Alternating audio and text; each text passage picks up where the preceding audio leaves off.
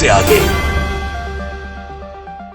UP विधानसभा चुनाव में BJP ने धांधलेबाजी की है, ईवीएम की गड़बड़ी हुई है, भारी गड़बड़ी हुई है। इस बात के सबूत दोस्तों अब निकल कर सामने आ रहे हैं। ईवीएम की चोरी, फिर जो ऑडियो लीक हुई उसके बाद बवाल मचा। अब दुगना बवाल मचेगा, तिगुना बवाल मचेगा, क्योंकि अब स्ट्रांग रूम में ईवीएम की गड़बड़ी का सीसीटीवी फुटेज सामने आ गया है। जी हाँ, जिसमें साफ साफ नजर आ रहा है कि किस तरीके से ईवीएम की चोरी हुई है।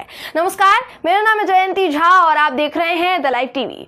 दोस्तों, स्ट्रांग रूम में ईवीएम की हेराफेरी हुई, इस बात पर यकीन नहीं किया जा रहा था और अभी भी यकीन नहीं किया जा रहा है। तथाकथित पत्रकारों की टोली भी नहीं कर रही है, बीजेपी के लोग भी नहीं कर रहे हैं, जबकि इस बात के सबूत लगातार सामने आ रहे हैं। पहले पीठासीन अधिकारी का ऑडियो लीक हुआ जिसमें उसने बताया कि हर बूथ पर ईवीएम बदला गया, हालांकि हम उस ऑडियो की पुष्टि नहीं करते हैं। अब एक सीसीटीवी फुटेज सामने आया है।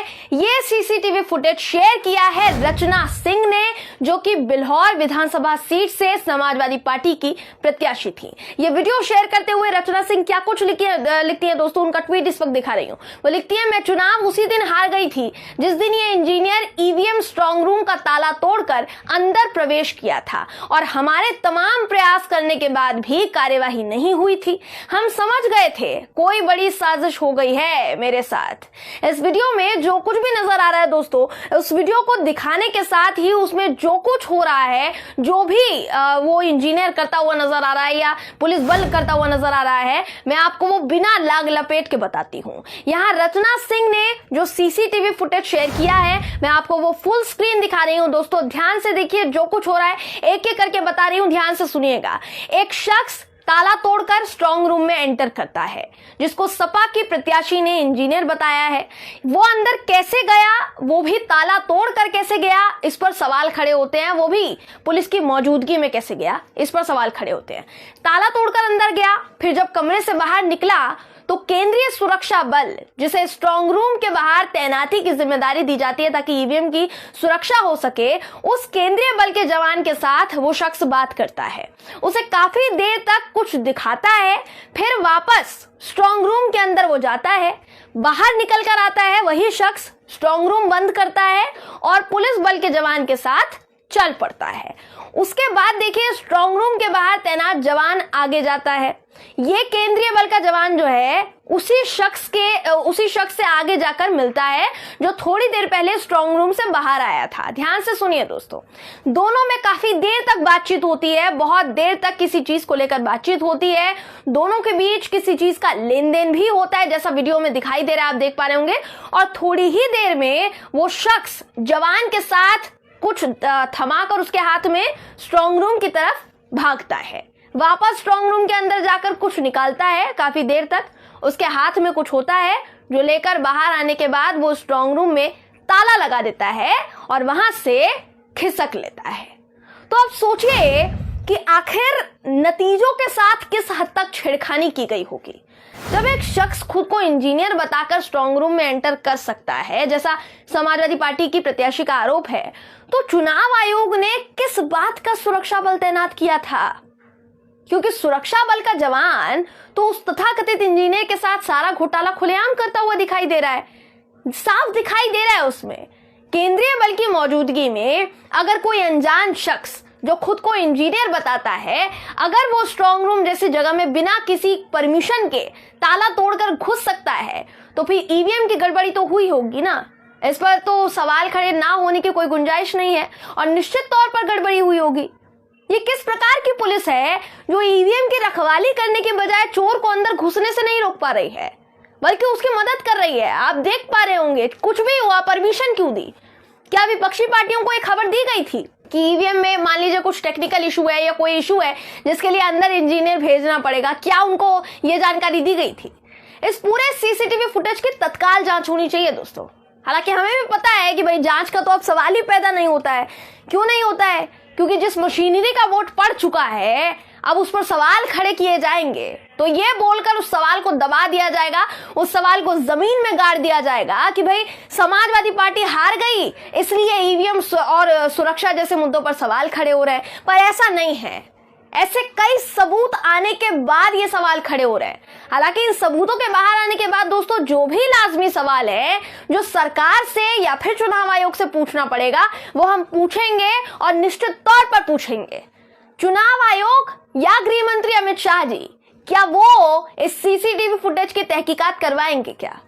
क्योंकि जवाबदेही तो आप दोनों की बनती है और आपको जवाब तो देना चाहिए, जवाब देना पड़ेगा। बल्कि दोस्तों आपको मैंने हाल ही में एक खबर और दिखाई थी कि पीठासीन अधिकारी ने किस तरीके से एक शख्स से बात करते वक्त ईवीएम बदलने की सारी बातों का खुलासा किया था। उस शख्स ने लीक ऑडियो क्लिप में बताया था कि किस तरीके से कैसे बड़े बड़े सिस्टम के अधिकारियों ने पोलिंग बूथ पर आकर जहां पर काउंटिंग हो रही थी वहां हर पोलिंग बूथ के छोटे छोटे कर्मचारियों पर ईवीएम मशीनों को बदलने का, उनका हेरफेर करने का दबाव बनाया। आपको मैं ऑडियो क्लिप का शुरुआती हिस्सा भी दिखाना चाहूंगी। ये ऑडियो क्लिप भी आप सुनिए कि किस तरीके से वो क्या क्या खुलासा कर रहा है। ऑडियो क्लिप सुनिए। प्रदेश में जहाँ की ईवीएम न बदली गई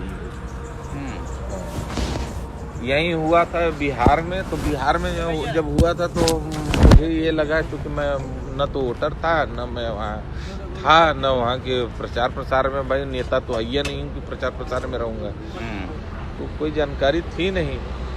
लेकिन वहाँ के भी टीचर बाद में मिले तो सब बता रहे थे कि सर हम लोगों के साथ इस तरह हुआ।